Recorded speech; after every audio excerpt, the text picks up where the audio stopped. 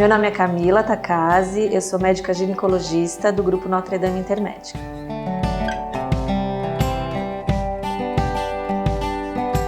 Menopausa é caracterizada pela ausência de ciclos menstruais num período superior a 12 meses, decorrentes da falta de produção hormonal pelos nossos ovários. Não existe uma data certa para o aparecimento e instalação da menopausa. Ela pode acontecer de um período variável a partir dos 45, 50 anos, é a média. Antes desse período, antes dos 45 anos, ela é considerada uma menopausa precoce e após os 55 anos é considerada uma menopausa tardia. A menopausa cirúrgica acontece quando a paciente retira ou o útero ou ambos os ovários. Dessa forma, ela fica sem menstruar de um modo artificial. Quando ela só retira o útero, ela permanece ainda com os ovários, ela só deixa de menstruar, mas ela continua com a produção hormonal normal, então geralmente ela não tem sintomas associados. Agora, quando ela retira os 2 ovários, aí se cessa a produção hormonal e ela deixa de menstruar por conta disso.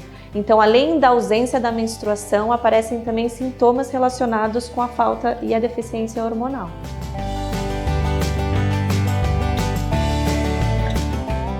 O climatério é um período de transição entre a vida reprodutiva e não reprodutiva da mulher. Vida não reprodutiva seria a menopausa. Até chegar na menopausa seria esse período onde aparecem os primeiros sintomas e devido à queda gradual dos hormônios produzidos pelos ovários, os ciclos menstruais começam a se tornar irregulares, vão espaçando. Então ela começa a menstruar a cada 15 dias, depois a cada 45 dias, 60 dias e até que vai espaçando e ela entra realmente depois no período da menopausa com a ausência da menstruação por mais de 12 meses. Os principais sintomas da menopausa são relacionados à falta da produção hormonal pelos ovários.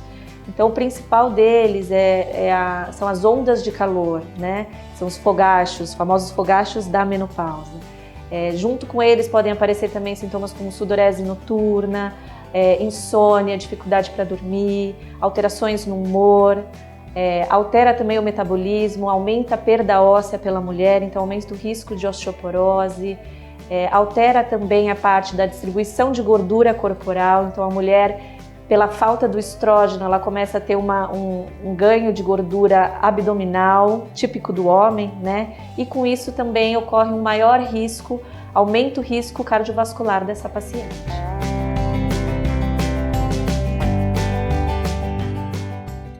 É imprescindível o tratamento e acompanhamento adequado ginecológico nesse período de climatério e menopausa, para que o médico consiga avaliar a gravidade e quanto isso afeta a qualidade de vida da paciente, para avaliar a real necessidade de um tratamento para aliviar esses sintomas. A reposição hormonal, quando bem aplicada e indicada, ela consegue aliviar bastante os sintomas, principalmente aqueles relacionados às ondas de fogacho, ressecamento vaginal, mas precisa ser bem avaliada pelo ginecologista porque existem algumas situações em que essa reposição hormonal não pode ser utilizada. Existem alguns casos onde a paciente já teve um histórico de trombose ou se ela já teve um histórico de câncer de mama, câncer de ovário, que são cânceres hormônio-dependentes, a reposição hormonal não é indicada para essas situações. Quando a paciente tem alguma contraindicação ou ela não deseja usar a reposição hormonal, existem outras alternativas, né? Alternativas comportamentais, como prática de atividade física regular, relaxamento, yoga, uma alimentação mais equilibrada e saudável, tudo isso provoca uma maior sensação de bem-estar e a paciente consegue aliviar bastante os sintomas relacionados ao climatério. A acupuntura também é uma alternativa. E existem algumas medicações, como os inibidores da recaptação de serotonina, que são alguns antidepressivos, que têm uma ação bem significativa na melhora dos sintomas vasomotores, que são os sintomas relacionados às ondas de calores e aos fogachos, que melhora significativamente os sintomas da paciente. Então, o ideal é sempre fazer o acompanhamento ginecológico de rotina, principalmente naquelas pacientes que fazem a reposição, a gente pede para espaçar, para voltar a cada 6 meses, fazer sempre o rastreio através dos exames de rotina, Papai Nicolau, ultrassom. A reposição hormonal, às vezes, ela espessa um pouco o endométrio, então a gente precisa fazer o acompanhamento através do ultrassom e, obviamente, a mamografia, né? E também, sempre a partir da instalação da menopausa, é sempre recomendado a realização de densitometria óssea, porque há uma aceleração na perda óssea, para avaliar, e também uma visita regular ao cardiologista, porque na menopausa a gente tem um maior risco cardiovascular por conta da queda hormonal.